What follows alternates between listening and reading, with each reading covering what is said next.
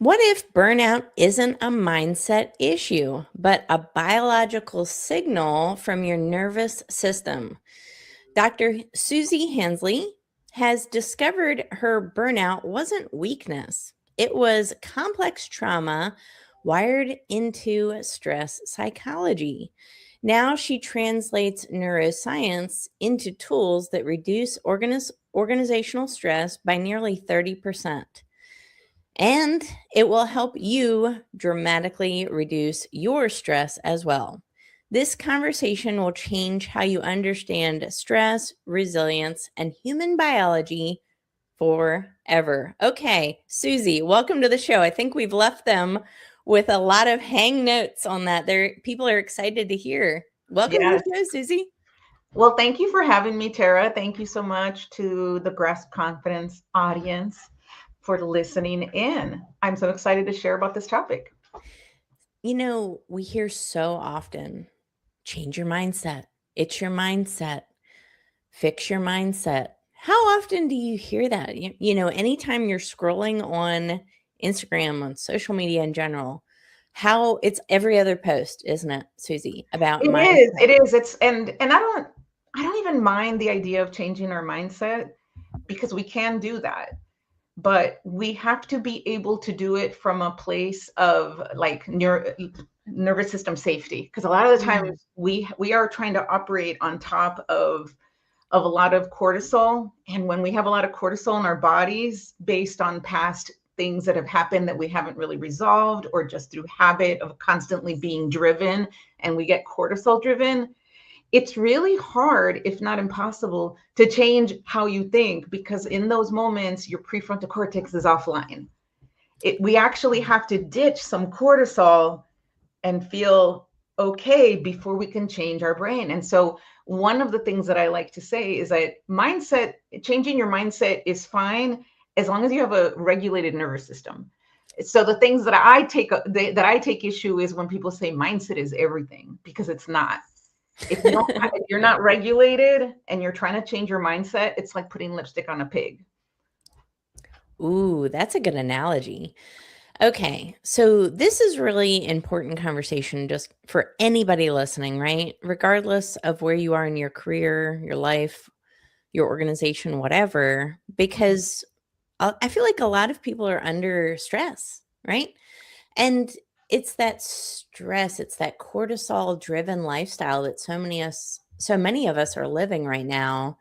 And it really puts us in that fight or flight mode, doesn't it? And Or freeze. or freeze, yeah. And Yes. are we operating at a high level thinking with our prefrontal No, cortex when we're in fight, flight, or freeze? no, we're not. And I'll just maybe it'll be useful for me to share what stress is and what burnout Yeah, is, and absolutely. why there is what happens when we are in fight, flight, or freeze. So basically, stress is any organism response, whether we're going to the one celled amoeba all the way up to us. Stress is the response that comes when we sense we're not safe. So again, this is a safety unsafety, and it's really like almost like a off and on, like you're either feeling safe or you're not. Over time, it starts to get a little bit muddled, and you have moments of safety, moments of unsafety, but it really is that kind of thing. And so any organism is going to go through what's called a stress cycle, and there's 4 phases. So phase one is the trigger. There is a sense that there's potential danger. And I like to say potential danger because, let's be honest, most of our triggers don't actually cause us death. I mean, we're still here. So either they weren't actual danger or we escaped it. So yay us, right? But So that first, it's like a perceived danger? it's Is a that what perceived danger, right? So Mhm. let's think about, you hear a loud sound. Yeah. It is going to automatically startle you if that is not a sound you are expecting. You might think it's a gunshot, or you might think it's anything, but if it's unexpected, it's going to catch your attention. So it's anything that our senses sense. If you smell smoke, it's going to catch your attention. Things like that, or gas. And then there's other kinds of things that for us will be a trigger. Um, Maybe you walk into a meeting and your boss is like this. Ooh. Yeah, right? with his arms crossed, Yeah, or her arms defensive. crossed, or yeah, or and so then that could be a trigger like, uh-oh, what did I do wrong? Or what's wrong? Or I'm about to get fired. And so triggers are anything that feel like a threat, right? And for mammals like us, the threat doesn't have to be threat to life. It's also threat to pack expulsion, because as mammals we have we're talking hundreds of millions of years of evolution, where we who are still here today have a hardwired response to feel threatened, to be scared when there's any kind of sign that we might get kicked out of the pack. So Like, that's kicked out of our community or yeah, like not yeah. belonging. That's actually Oh, a I see. hardwired thing. It's not a psychological problem that you shouldn't care what people think. It's actually smart biology, because that is how we have evolved. Mm. So the other thing that I think is interesting is that it's still important even to this day that when we come out of the womb, we're helpless. And so part of our hardwiring is we have to adapt to our caretakers in our society. So that's going to be really important. If you have a caretaker who really hates that you're emotional and they keep telling you to stop crying, you're going to learn to suppress that, right? Because you don't it's very important that you belong. So all those things, boys don't cry. Boys learn to suppress emotions. We learn from our culture, from our caretakers, before language, what's accepted or not, because those triggers, again, it's not just words, it's the things that we sense with our senses. And we have universal ways in which we can read people's emotions and intentions. So if you know what it's like to walk into a room and there's some bad energy because people are Yeah. mad, or you're just going to be like, ooh, that's going to trigger. And notice how safe that is to know, to be triggered, so you're not walking into some literal ambush or emotional ambush. So those are the triggers. Wow. So what you're saying is that, innately we have these internal alarm clocks. It sounds like, almost, right? Like an alarm clock to tell us something could be dangerous and to Yeah, kind of watch out yeah. And it's unconscious. I mean, one of the things that's super fascinating is, for example, you could be in a coma, in a and coma. in a coma. Wow. And this was one of those things that I remember reading about when I was reading on trauma, and how there was this kid who was in school. He was like a school age kid. And he kept having these panic attacks when he had this one teacher and they couldn't figure it out. And then one day, he ended up in the hospital because his stepdad had beaten him up. It turned out the stepdad was abusing him. Wow. And the teacher went to visit him. The kid was in a coma and his vitals started jumping. It turned out that the teacher was wearing the same aftershave as the stepfather. So What? that, yes. Oh my So gosh.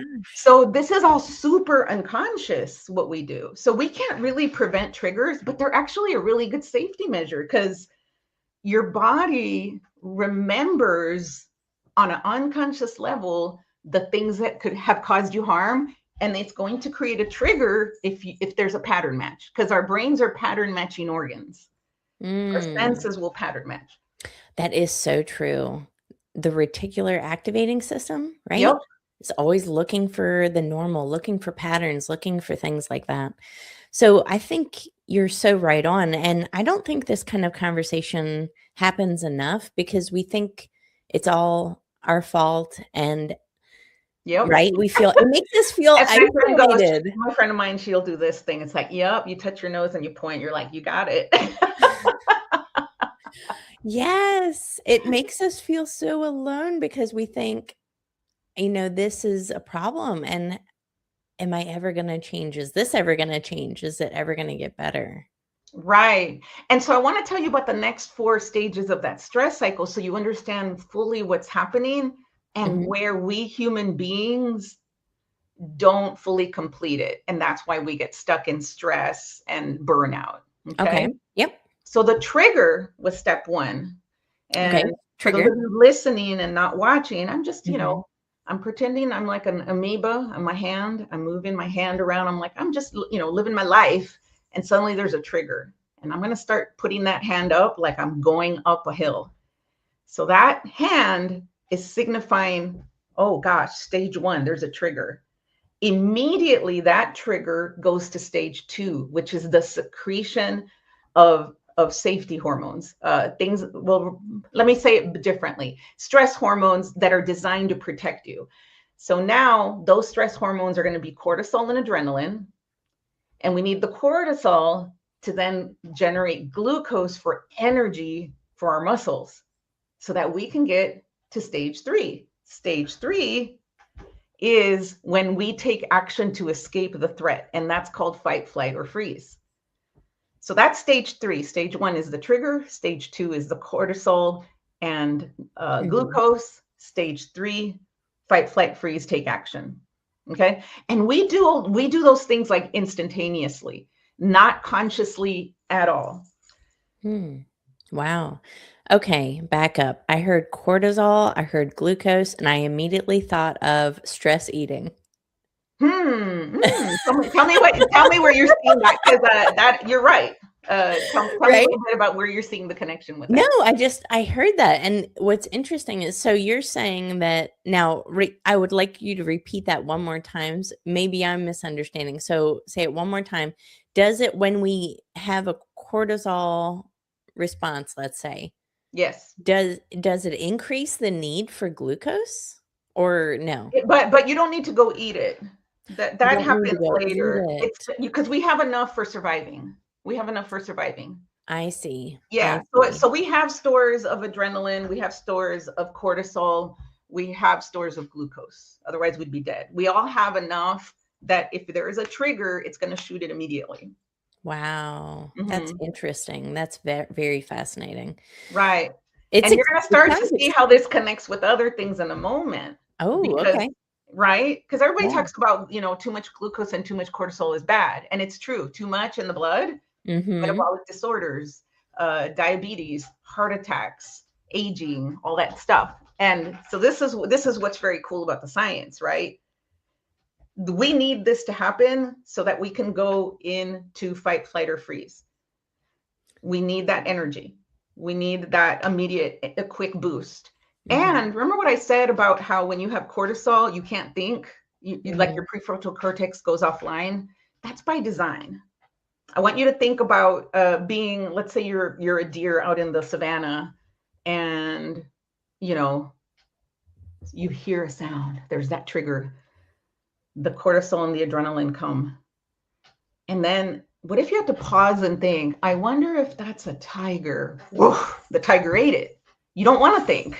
You can't. You have to pattern match. That organ, that brain has to pattern match for us to survive. It's kind of like shoot first, ask questions later. So, but that's how we evolved over hundreds of millions of years, is that we cannot control this pattern. And it is really good. I want you to think about all the times that it has saved you.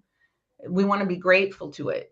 Speaking of gratitude, right? Yeah, no, I appreciate you bringing that in. That's great. Yeah, because a lot of the time we hate this because it feels awful when we're stressed out or when we're anxious. Or, I'm going to tell you, like, things like annoyance, that's also trigger. If you're feeling annoyed about something or frustrated, you're triggered. You have cortisol. I'm annoyed 24 hours a day. No, I'm just kidding. No, you're not. I can tell. We go in, but it's like if you recognize that those emotions are like basically all the emotions that feel negative are the survival emotions. There's 6 base emotions that psychologists talk about that we all have. If you've ever seen the movie Inside Out, the first one, they only deal with the first 5. They don't deal with one of them. But the 6 emotions are largely negative and defensive. You're going to have sadness, you're going to have disgust, you're going to have anger, you're going to have fear, and then over here you have joy. That's right. And poor Joy is like trying to suppress these, which is what happens in our society, by the way. But Yep. as that movie tells us, you need all of those. If you're curious about the sixth one, it's surprise.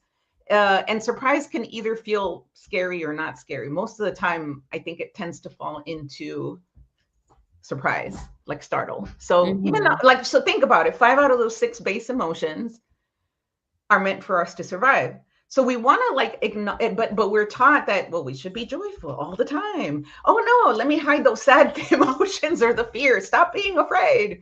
But those are necessary. Those are the ones that kick in when we have a trigger. And then you have the cortisol and adrenaline, and then you go into fight, flight, freeze. So does that make sense so far? We got those 3 things. Yeah, I think so. And is that kind of like, we hear the term toxic positivity when we try to suppress the other emotions that are normal and Yes. natural? Is that So right? I want to tell you about that in a moment, because Sure, this is yeah. exactly it. Like why, what's going on. So that Mm-hmm. 4th phase, it's super important. This is what animals in the wild do. This is what we are designed to do, is that once we have escaped the threat after doing fight, flight, freeze, we have to release the cortisol. And then we come Mm. back down to normal. So you release the cortisol. We don't do that well enough. Right. Guess why? Why? Why don't we do that well? Because it requires emotional expression. And we're taught to suppress our emotions, aren't we? Yes. It's all coming full Ta-da! circle. Oh my God, it's all coming full circle. Isn't that crazy? But there's something behind that madness that seems maddening. And I want to explain why it makes sense, right? So let me explain first what happens with animals. I know you have a dog. Yep. Very cute little boy. Yep. And if you've ever seen dogs together, you imagine like there's a dog and then they're like, and they're like facing each other and they're kind of like hackles up, let's say. And then rather than fighting, they realize I can just back down and exist. I don't have to go into fight. Like we can just kind Right. of avoid each other and step away, right? Mm-hmm. But what happens when they do that is they have to shake off the cortisol. That is why dogs will. They shake it. They literally shake it off. They shake it off, shake it like a Polaroid picture, Taylor Swift, shake it off. They shake Yeah. it off. So what that is, it's literally releasing the adrenaline and the cortisol and using up that extra glucose so they could feel better. Mm. I have cats. So our cats, they don't tend to shake, but what they do is they will stretch, they will yawn, they will start like scratching, they'll lick themselves. Those are all ways that cortisol gets released. Okay. Okay. And I'm not saying that humans should go shake and lick I themselves. was going to say, what's my secret? Susie, what do I need to do? All right. Well, one of the ways we can do this with the stress reduction, I think a lot of people already do. And I'm going to tell you what's good about it and also what the challenge is, why it's not enough. So the thing that I think a lot of us do is we exercise. That's a great one. Yeah, that's the equivalent of shaking, right? Mm-hmm. So, you want to, go pound out a few miles, whatever it takes. But I wish I was a runner. I can't. I'll never get the runner's high, I don't think, but I wish I could. That's But okay. exercise is a good I know one. you're a hiker though. Yeah, I like hiking. Hiking. And we all have the ways that we could like expend the energy physically. Mm-hmm. Guess what the problem is with that? The problem with exercise? Not the problem with only relying on exercise. Oh. Well, it's not practical all day long. That's It's a problem. not. That is okay. exactly I got it right. Yeah. It's not practical because see, the stress is not the problem. It's stress accumulation that's the problem. So cortisol is not a problem. It's cortisol accumulation that's the problem. And when you accumulate enough cortisol and you're not releasing it, that's when you have burnout, you have anxiety, you have panic disorders. I guess I shouldn't say that because I'm not a psychologist, but I do know, and I have worked with people who have panic disorders where basically paying attention to their triggers and releasing cortisol as they go prevents them, things like that, right?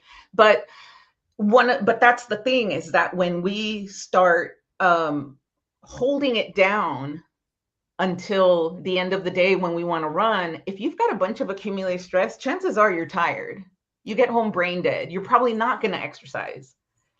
And if you do, what you're doing is you're still not dealing. It's sort of like you're doing all or nothing. You're going like, here's a trigger. Here's a trigger. I'm going to lower myself down so you can see it. Here's a trigger. And we're up to here. And then maybe at the end of the day, we get down here. But we never, like, we're holding it all this time. I like to think of it as like, you know, every stress trigger that builds up a little cortisol, and then we stay in fight, flight, freeze. A lot of us stay in fight. We think we're being productive, but you're using cortisol. It's like you're drinking a little water. You're drinking a little water. You're drinking a little water. You're not allowed to go to the bathroom. You're not allowed to go to the bathroom. Yeah. Oh my gosh, it just builds up and accumulates. And yeah. And if we think about in our bodies, you know, there's that saying, the body keeps the score. Absolutely. Right? So it just builds up and builds up. And I feel like, all right, I'm really resonating with this because I'm flashing back to my corporate days, right? When I felt like you were saying in the beginning of the conversation, you walk into the room and you just feel angst. And yes. Right? And that accumulated stress just stays in your body. And it leads to, we know this, like, we know stress leads to sickness. It leads to heart disease. It leads to chronic inflammation. Yep. It leads to Hashimoto's, thyroid disease. You know, I've worked with leaders of all kinds when I was doing more one-on-one coaching, which I still do, but I'm also a speaker and I do workshops. But as a one-on-one coach, I've had leaders who come who on the outside, I mean, they're type A personalities. Right. They're super driven. They're super competent, but their bodies are breaking down. Because they're just taking on so much and they don't know how to delegate. They don't know how to pause and manage the stress. Yeah. And it starts to become a problem. And, you know, I hate to say that, but I see it all the time with type A leaders. And, you know, as a leader of an organization, you set the temperature. Yep.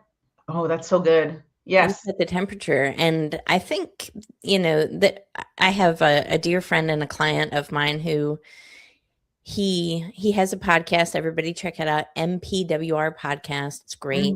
And he talks about this. He had a recent episode where he said, you can be the leader that sets the temperature, or you can be the thermostat. That's good. That stuck with me. Right? I think that's true for us, that how are we actually showing up? Yeah. And some of this most of it sounds like it's unconscious, right? It is. And that's the thing. Like, that's why I don't want to like shame people who push themselves and push other people past their capacity. But I do want to call it out that it's an unconscious pattern we have, and it really is based on how we fail to complete the stress cycle. And I want to explain this other part of the stress cycles. It's not just the physical part, right? Animals, it's not just like I shake it off and I feel better. If an animal is really triggered, the other emotional part is that they have to connect with their safe pack. Go back to their community, back to the pack, right? We are pack animals. Yeah, the flock, the pack. I say the pack in part because I always just think of, you know, not in the negative sense of pack mentality, but more in the sense of pack security. I always think of, you know, Game of Thrones, when the winter comes, the lone wolf dies, but the pack survives. Yeah. I also happen to be a grad of NC State, and so we have Wolfpack Nation. Oh yeah, that's right. But it applies to everyone. You don't have to be an NC State fan to recognize that it doesn't work to be a lone wolf. And I think some people know that, but they're not quite getting that part of that means also being vulnerable, emotionally vulnerable. Yeah. Because what happens is we don't talk to other people about our emotions. And what happens is when animals, you know, escape the threat, they express emotions to each other. So let me give you an example. Let's say, so I live, for those of you who are familiar with North Carolina, I live in Durham, beautiful North Durham, and the back of my property is adjacent to Eno River State Park, one of the most wonderful state parks we have. We get a lot of deer. Deer in my backyard eating the plants. I've given up on hostas. Let's just, Love it. And here's what happens. I love observing the deer because they help me understand how our nervous systems work. So if I go outside to throw out something in the recycling bin and there's a bunch of deer, and say there's one deer that's a little closer, it's going to freak out. The ones that are further away, not quite freak out because they're just like that. But the one that's close is like, run to its friends. And if it's really scared, it's going to drive them all away. Like they're all going to be like, oh my God, oh my God, oh my God, right? And which is what we're supposed to do. They have no idea that I'm not going to hurt them. Right. But so it's actually good that they're scared of me. But here's the thing. I want you to imagine what would happen if we humans were doing that. Let's say one of us got startled by something that wasn't actually a threat and the other people are over here. If this person came over here to the other people and said, oh my God, that was scary, chances are what we would tell that other person is, what are you scared about? It was nothing. Or, oh my God, are you okay? Let me fix this. And then you freak out more. Or maybe, they ignore them. Or they're like, well, don't be a crybaby. And that's how we tend to treat that, which is why then that human won't go to their pack and be like, that was really scary. Because they've been told so many times to get over it. Boys don't cry. I'll give you something to cry about. There's nothing wrong. Just get over it. Just change your mindset. Right? Yeah. Yep. I've heard that a couple hundred times. But here's what the deer do. The deer, this one gets triggered. Let's see, this one gets triggered. Runs over here, finds its friend and said, oh my God, that was so scary. I heard the sound. And this one is going to be like, yeah, that does sound scary. Lick the deer and be like, okay, let's eat her hydrangeas now. But you want to get the difference that the way the deer do it, they go from here. They know they're safe. They don't just shake. They actually come to their safe pack and communicate, not through words, but through visual, through body. Like, that was scary. The other one's like, yeah, lick, lick, lick. Okay, let's eat the hydrangeas. And that's the secret to success for humans too, that when you find your safe pack and you can actually be like, yeah, that was scary. You knock that cortisol out in like minutes and you get back to work. Imagine what it would be like if we knew that our emotional expression, like I got really triggered or I got really stressed out or I'm really anxious because I just got another project and I don't know how I'm going to handle it with these other things. To be able to say that and be like, I'm scared that I'm not going to meet the deadline. I'm scared that I'm not going to do a good job. I'm scared they're going to fire me if I don't get this done. When you can say that to somebody who is safe and the other person just witnesses, doesn't try to fix, doesn't try to tell them, just says, God, that makes sense. You feel that way. How can I support you? Cortisol drops, safety resets. And at that point, the person who's stressed out, their brain comes back online, their prefrontal cortex comes back online. Then they're able to be like, no, I think I'm good. Thanks for listening. I think what I need to do is blah. And they find their own solutions. Wow. But what happens is we're preventing people from finding our own solutions because our society has taught us that emotion, like naming your emotions is shameful. When in really it's just biology. It's our human version of what the deer licking looks like. Because we have to name the emotion to tame it. There's actually science behind this called affect labeling. And it's not just naming it, but then we just need to have a witness who gets it, doesn't try to fix, is just like, yeah, it makes sense you feel that way. How can I support you? Wow. That is so powerful. So what I'm hearing is a lot of us are walking around with pent up cortisol in our bodies, Mhm. and we're not releasing it. So what I'm hearing is we're not completing the stress cycle. That's exactly it. Okay. We just stay stuck in level 3. And you can do that for a long time. You can do, I did want to say one other thing about that. You know, I mentioned fight, flight, freeze. Um, I want to mention that a lot of people, particularly those of us that had undiagnosed trauma, and that could also mean things like having ADHD that was undiagnosed. And so you were corrected so many more times your whole life that that is a trauma too. Like you're just like, okay, there's something wrong with me. That was me. I have both the complex PTSD through traumatic events and different kinds of upraising things, and the ADHD that was just recently diagnosed, and realizing, oh, look, that's that's interesting. It's like if you have enough people tell you what's wrong with you, why can't you just, because you have some, you know, because you have a biological underpinning that requires you to use a lot of cortisol, because ADHD is a dopamine deficit, then that creates more trauma too. And so then you're always like, oh, I can't let them see my emotions. I can't let them know that I'm stressed out. I got to fake it till I make it.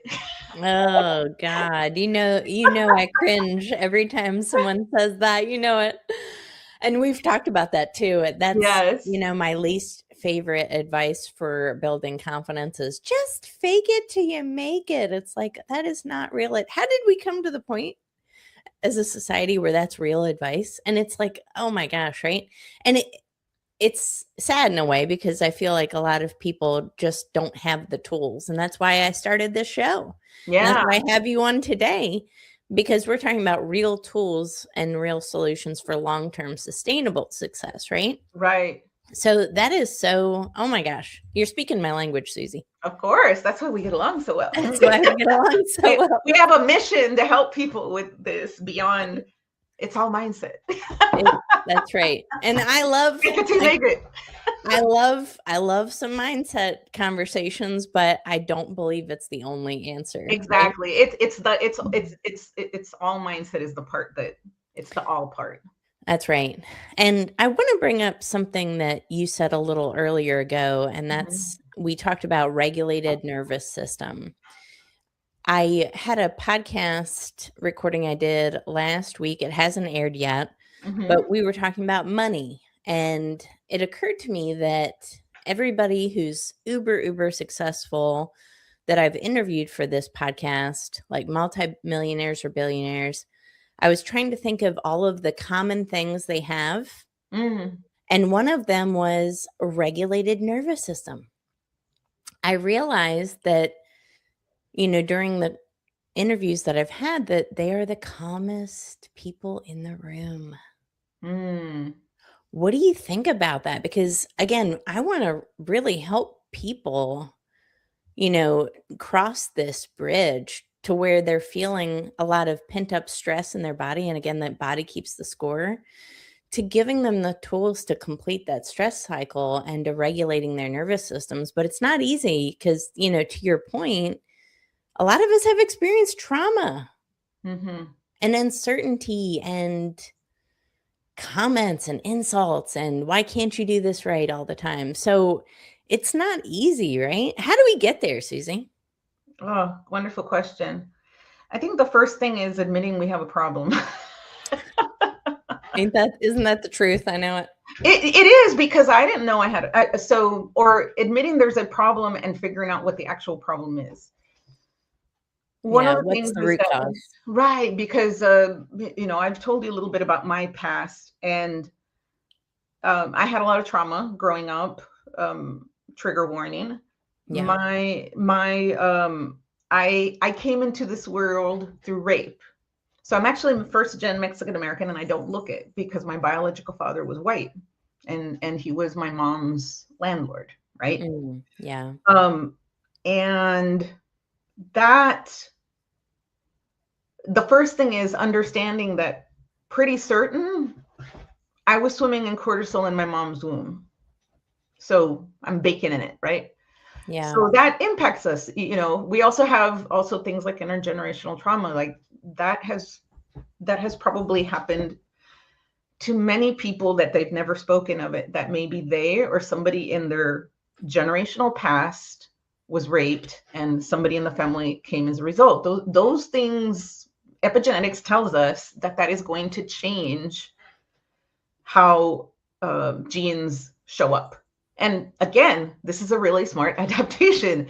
If somebody else was raped, maybe you want to like develop the stressed out vigilant genes so you don't either, right? Like it's all unconscious. This is biology working. This is what evolution does, is that you learn biologically, unconsciously, our bodies learn to adapt to potential threats. And so we're more sensitive, means we have more cortisol. So that's the first thing.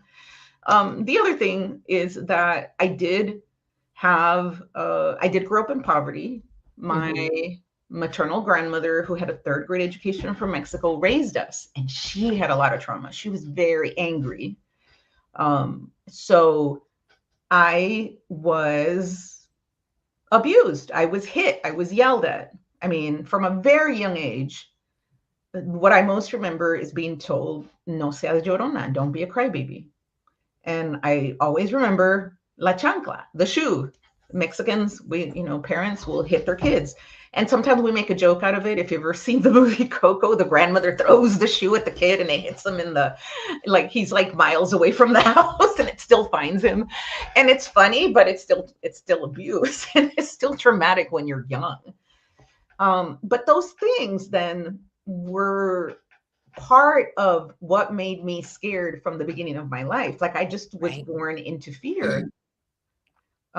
And I know you're familiar with that too. Like you had a pretty rough upbringing as well. That's right. Absolutely. And and I'm pretty sure there's a lot of people who are successful who have our kind of background and maybe haven't done this work yet. Exactly, because I've done a lot of work. This was not an overnight switch. No, it is not an overnight thing, but it has to begin with the recognition. And this is what I like. This is one of my catchphrases. It's like, it wasn't me. I'm not broken. I'm biological. Right. And for all of us, when we have strong emotions based on past trauma that hasn't been resolved, or you have strong emotions because maybe you didn't have past trauma, but you are a woman and now your hormones are out of whack.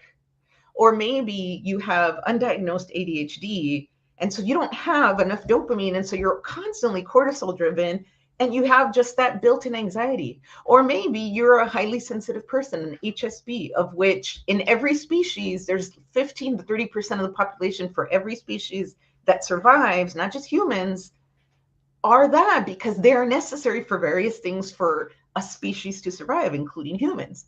So we have like if you put all those numbers together, I'm sure there's at least 50% of us, probably more, when we think about men who are coming out of the womb way more sensitive. There's studies on this.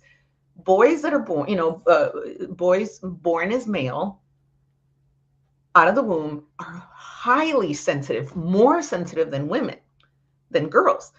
But what happens is that they are immediately told, boys don't cry, you need to suppress it.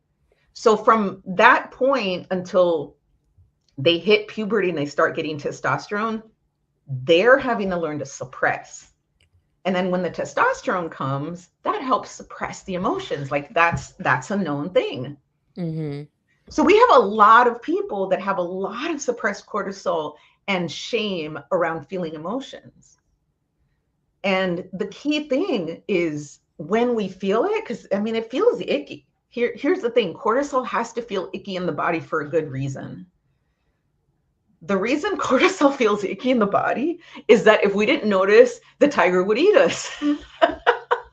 That's right. We need it. Remember that deer in the woods? It's asleep. It senses a sound. There's cortisol shoots up. If that cortisol didn't feel uncomfortable, it would keep sleeping and it would get eaten. So cortisol always feels icky. It's tied to these strong emotions that we want to cry because either we're furious or we're terrified or we feeling so much like energy that's in there. It's designed to save us.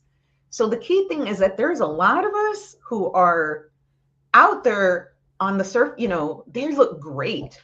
They look great. I looked great. I went from poverty to a PhD, and I had a tenure track job, but then I burned out. At So Brown University, by the at way. Brown, yeah. You're forgetting that huge Okay, Ivy name. League, yes. But it was Thank you. thank you, my friend, for pointing. Brown was a wonderful place, by the way. Of course. But yeah, it was on top of all this like inability to really recognize that I was operating on top of a bunch of cortisol accumulation, and I didn't know how to handle it. I didn't know how to release it because our society doesn't teach us how. You have to be strong. Emotions are a weakness.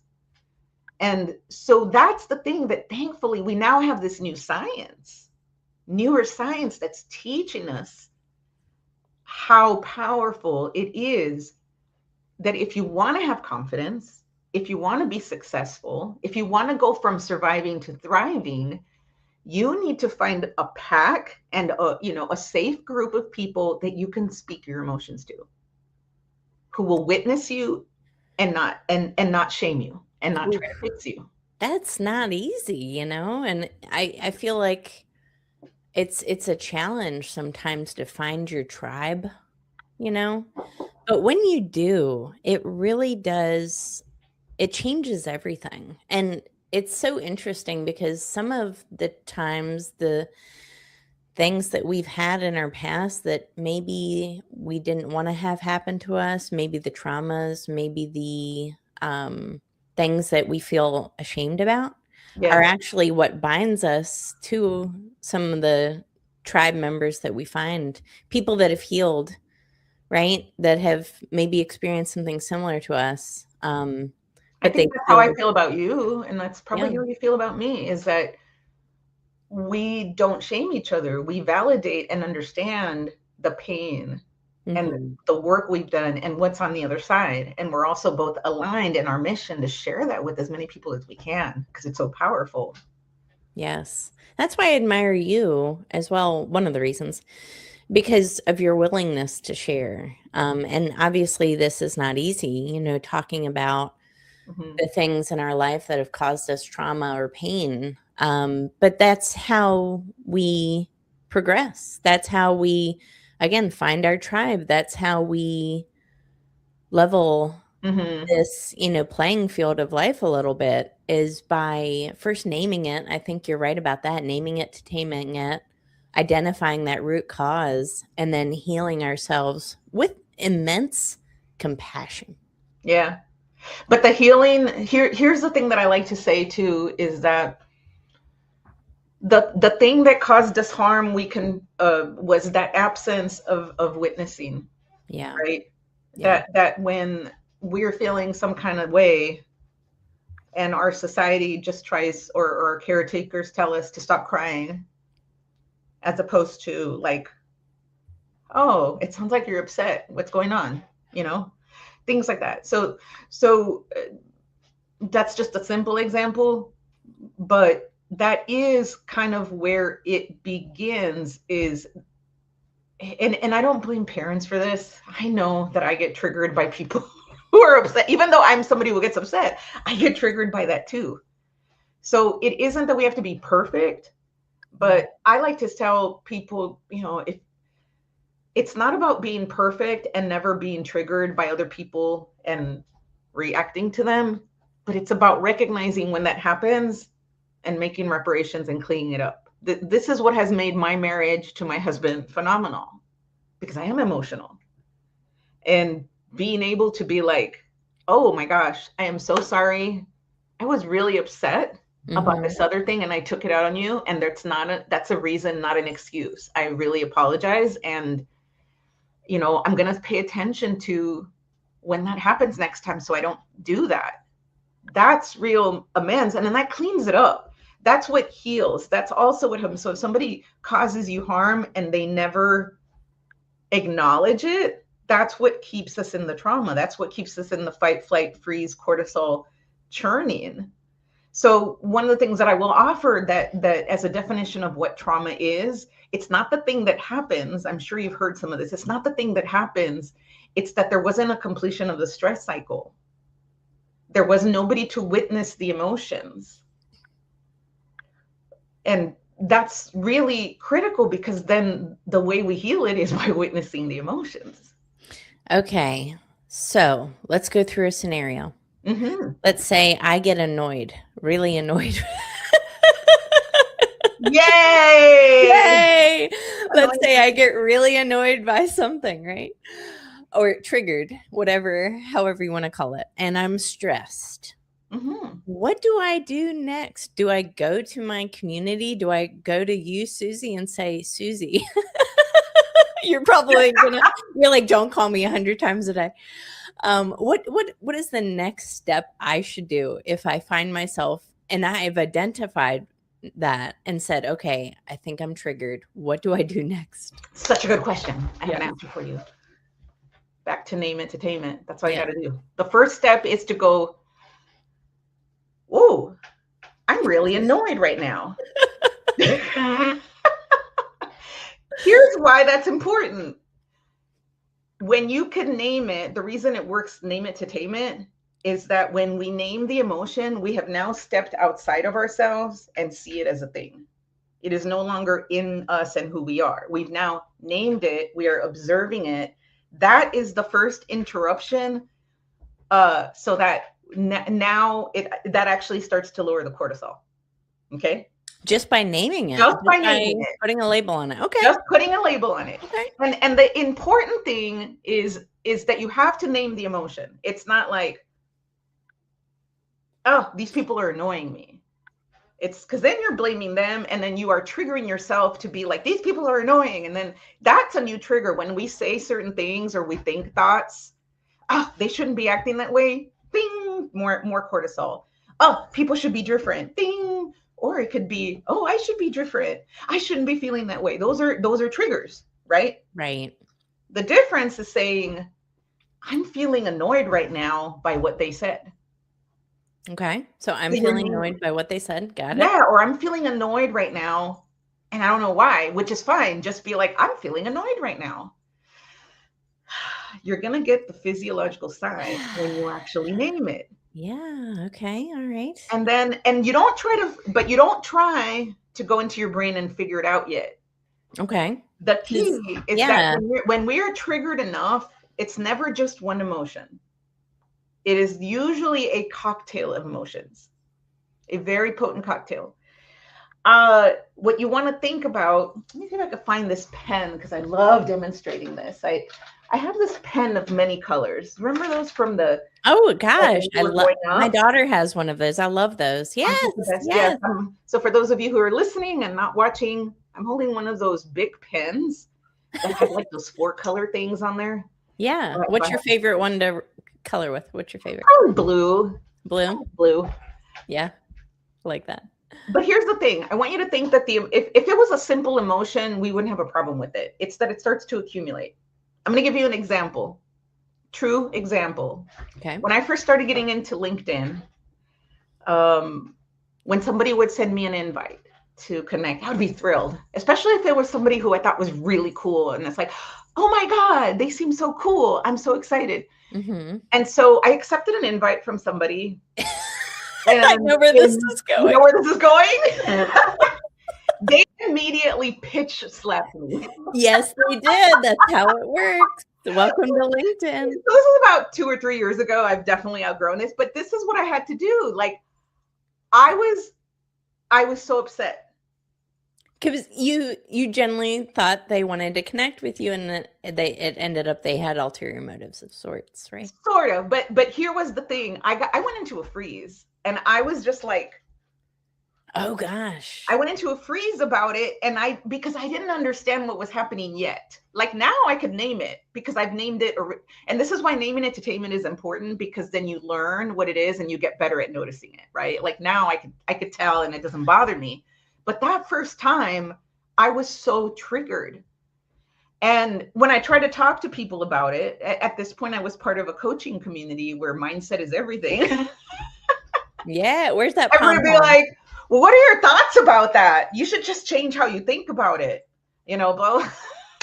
All I needed was somebody to witness me. And thankfully I did, I think I don't know who I found. At some point I figured out like I had to do the work, and I realized I got to figure out what these different emotions are. And what it was is, so if we think about this pen, it was all the emotions I had, and they can't all come out at once. If I could name one, I could do here. This is blue. This is black. Oh, look, this is green. Okay, this is blue. This is red. We name it, right? So what I had to do was figure out that there were multiple emotions, and that's why my ink was stuck. It didn't want to come out. So what I realized is I was mad. So I was like, I'm really mad that she's just trying to shill me. And then the other part was, I'm really sad that she's just trying to shill me because I wanted to have a relationship. And then here's the mixer to this cocktail that always keeps us stuck. And I feel shame because I think I shouldn't be overreacting. Yeah. Can you get that? Yes. That shame of like, so the initial trigger was I'm mad, cortisol, and I'm sad, cortisol. But then we add the shame. The shame keeps me from just releasing the anger and the sadness. The shame becomes, I shouldn't be reacting like this. Ding, I now got another cortisol hit. And then, oh my God, I'm still reacting and I'm still stuck. There's something wrong with me. Ding. And so that becomes the shame spiral, and that's where we get stuck. Can I just say it was probably an automated message too, so there was no human on the other side? No, it was because I had a conversation. Oh, did you? It was the VA. Oh my gosh. Yeah, it was the VA who was like, this was 3 years ago VA. before the automation. They had a VA copying and pasting the same thing. Exactly. It's all copy and paste, right?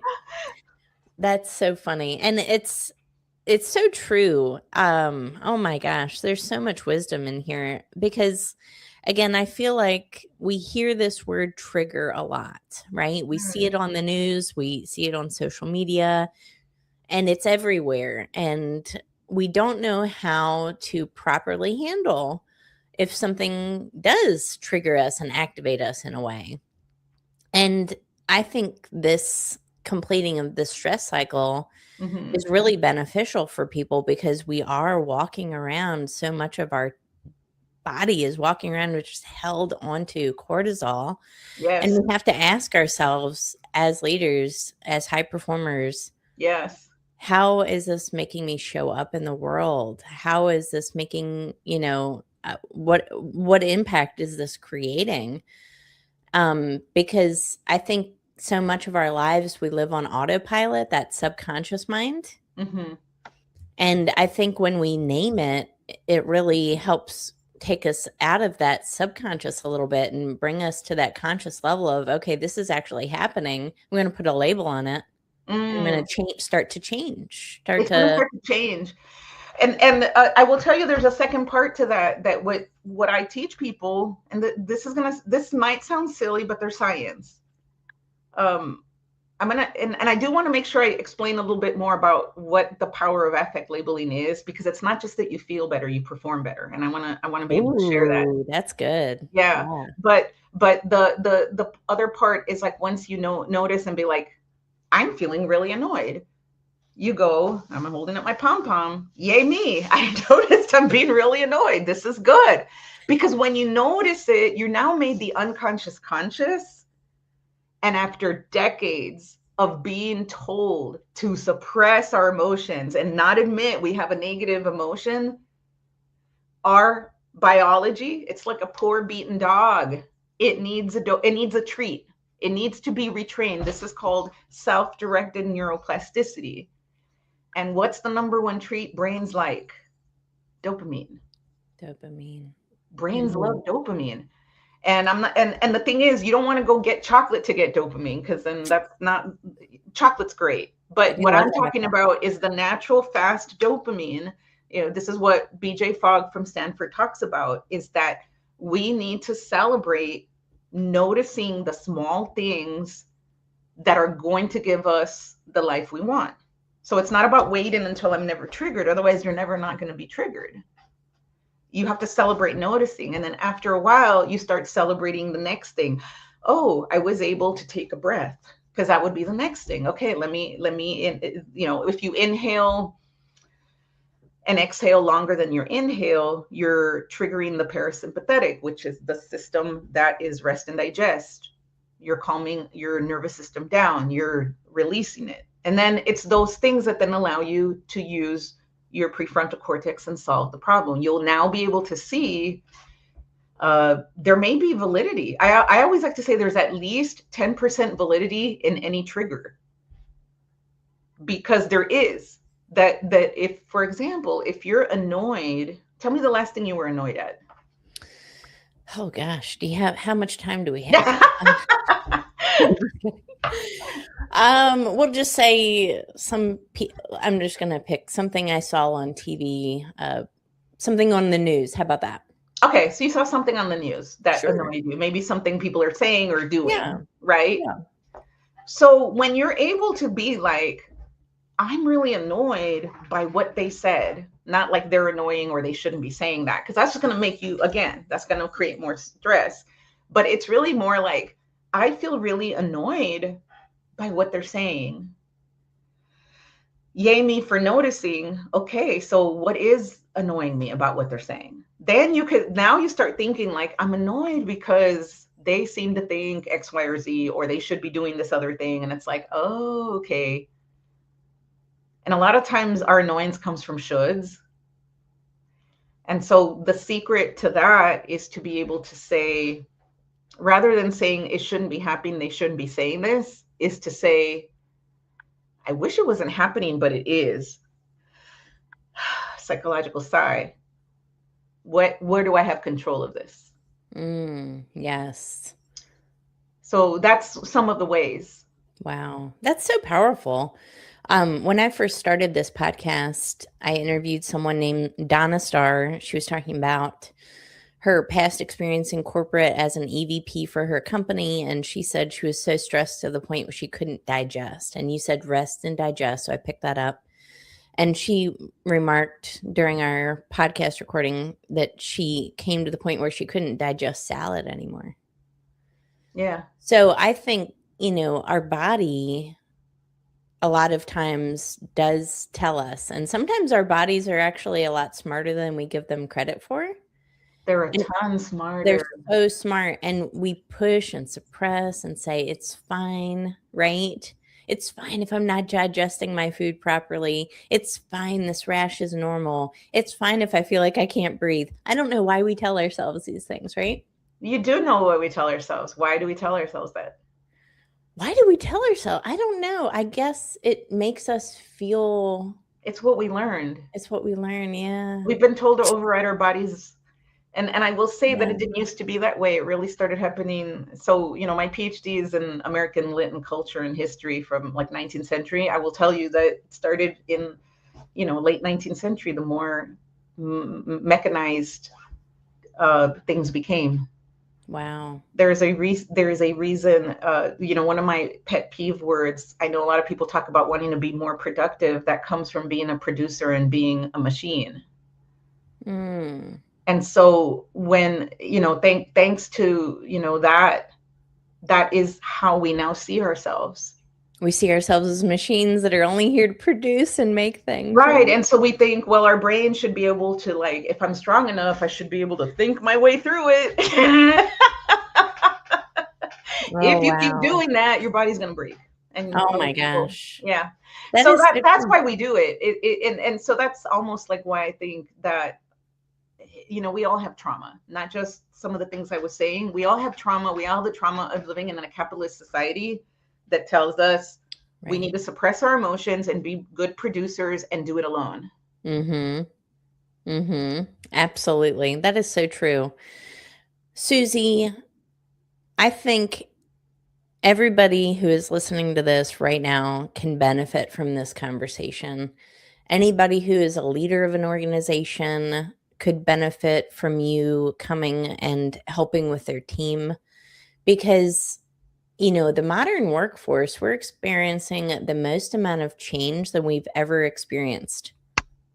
And ultimately, it's as slow now as it'll ever be. Technology is increasing at a really fast pace, and a lot of people aren't sure. There's a lot of uncertainty right now. So I think this work and what you do can tremendously impact organizations as a whole, and leaders in general, into leading happier lives, more fulfilled lives, learning how to simple tools like how to completing the stress cycle so that it doesn't hold in your body. I mean, that just screams Yeah. health and wellness to me, and But longevity. I also want to bring this also to the bottom line, because it actually helps the bottom line. This isn't Yes, it just like, does. right. I just want to say a little bit Yeah. about that, because this isn't about, kumbaya in the break room or group therapy on Zoom, That's exactly. Yeah. right? Yeah. It is not about that at all. And I wanted to mention that study that showed how affect labeling actually gives you better results, because I Yes. think that's super important. So there was a study where I believe it was both high school and college math students were being given a final exam. And so the study had three groups, so you had a couple control groups. One group did nothing. No, they just did the normal thing. They prepared for the test and they took the test. Second group, they were asked to write beforehand what they thought would be on the test. The third group was asked to write down how they were feeling about the test, their emotions. Guess which group performed the best? The feelers? Yes. Really? Yes, they Wow. outperformed the people who were thinking about what might be on the test and the people who did nothing, because they named it to tame it. They were Wow. like, I'm nervous about this. I don't know if I know that. Blah, blah, blah, blah, blah, blah, blah, blah, blah. Okay, let me go take the test. Now their brain is clear. They're not filled with cortisol. They could focus on the task. And Wow. that is why when you can bring this to your groups and organizations, your people will be far more productive. And it also creates psychological safety when it is the norm. Again, not kumbaya, but when it is the norm that people can simply say, hey, like you create enough relationships and capacity for people to feel safe around each other. So they could go be in like, hey, this new project, I'm really stressed out about it because of this. Do you have a couple minutes? And the other person knows how to receive that. Like I teach them how to receive it. And so much of it really is 2 sentences. It makes sense that you feel that way. And how can I support you? Those are the key sentences where we don't have to be stressed trying to fix their problems and those kinds of things. And I think the key, what I really want to do is work with managers, because guess what? Managers are being so pressured right now. The Gallup polls are talking about, oh, there's no psychological safety, there's no resilience. It's because the managers need to do more work connecting with their teams. And they don't know how to do it. They think they have to spend hours with each one, or okay, I need to keep a list of, Bob really likes chocolate and Sarah has, 3 dogs, and so I have to remember to be like, hey Sarah, how are your 3 dogs? As if that's going to create connection and psychological safety, when really, when a manager learns, and when the the team learns that all they have to do is be like, hey, can I just share something that's going on with me because it's kind of stressing me out, do you have 5 minutes now or later? Then you go in and they're all trained to understand that all you have to do is like, it's like, well, I'm really stressed out by this thing because I'm not sure about that thing and I'm not sure it's going to work. Manager says, gosh, it makes sense you feel that way. What else is going on? Well, then there's this other thing because, John over at the other, division isn't giving me what I need. It's like, wow, it makes sense. What else is going on? And then by the end, when that person finishes saying, the manager can be like, so tell me how I can support you. Mm. You don't try to fix it. Ooh. That Good. person is either going to say, you know what, I feel better. I think I know what to go talk to that guy, John, about. And I think I know what to do over here. Or that person will be like, well, can you talk to John's manager? Because I feel like John's not being responsive and I don't feel like I have the power to do that. Then you go, cool, I'll go talk to John's manager. What else? How else can I support you? That creates independence in your person, because as soon as that cortisol goes down because they're being witnessed, they come up with their own solutions. But if we try to fix it for them, they never learn. If we try to tell them what to do without validating, it's valid that you're stressed out, of course. We're basically making them operate on top of cortisol, and that does not create safety. And Yeah. that does not create results. So Mm. this is a key thing for any organization, team, business, community. I love that. Mm-hmm. You know, the mental image I have in my mind as you were talking was before we do all of this, it feels like we have a million tabs open in our brain. And then every time we express, a tab gets closed down and it feels like a little Yes, breather. I love that metaphor. Do you like that metaphor? I Okay, do. cool. Well, because every emotion, like if you look at the windows you have open, it kind of is, right? Like every window, every tab, Mhm. it's some bit of unresolved cortisol that hasn't been named or released. Oh, so No good. wonder your computer is running sluggish, my friend. Yes. So if you're feeling a little sluggish, close those tabs out, everybody. And yeah, and the key really is like just beginning, find one person that you can trust and share what you learned today. That share that, hey, you're not broken, you're biological. We're all biological. None of us have been taught how to complete the stress cycle because we have been told emotions are shameful, but that's really the way to release the cortisol and reconnect with yourself and get back into action from a place of power, confidence, and being dopamine driven instead of cortisol driven, right? Ooh, wouldn't that And be nice? That's a nice yeah, shift. Yeah. yeah, because that's it. And the only way to be to stop being cortisol driven is to um, name it to tame it. That's what is required. Wow. No shame. Wow. So simple. I love that. So find your Su safe pack, my friends. Yes, find your safe pack. You are a part of my pack, Susie. You are mine.